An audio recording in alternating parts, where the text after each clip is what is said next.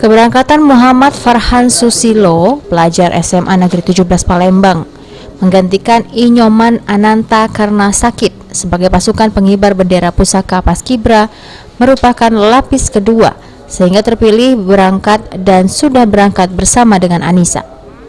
Farhan merupakan anak tunggal dari pasangan Fahrizal Jumdawah dan Anissa Setiawati. Farhan merupakan putra daerah asal Palembang, kelahiran 22 September 2005.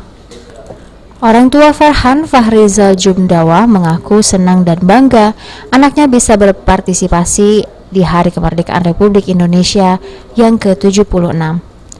Karena ingin menjadi bagian dari pasukan pengibar bendera sehingga ia juga ikut ekstrakurikuler Paskibraka di sekolahnya. Dari awal seleksi masuk dalam kandidat nasional, nilai-nilainya sangat berdekatan.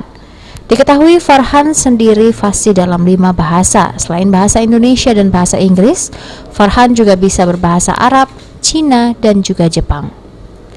Tentunya sebagai orang tua kalau ditanya perasaan, senang ya, senang, bangga, terharu juga bahwa anak saya bisa diberangkatkan, maksudnya perjuangannya cukup luar biasa ikut seleksi ini dan dia dinyatakan berangkat dan menjadi salah satu orang yang akan mengibarkan bendera di Istana Negara.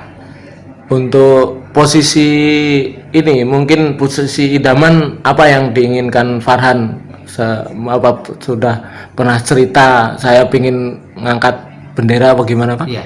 Harapannya memang dari awal pada saat kondisi dia ikut seleksi ini, harapannya itu adalah dia ingin menjadi pembentang. Jadi di sana dia pengen menjadi pembentang dan mengibarkan bendera di Istana Negara tersebut. Sebelumnya memang telah disampaikan juga bahwa mereka yang telah mengikuti seleksi Paskibraka ini semuanya terbaik dan siap-siap ke depannya untuk peserta yang lain kalau kembali terjadi apa-apa seperti yang dialami Inyoman Ananta karena sakit, maka akan segera dipersiapkan. Susan Oktaria, PAL TV.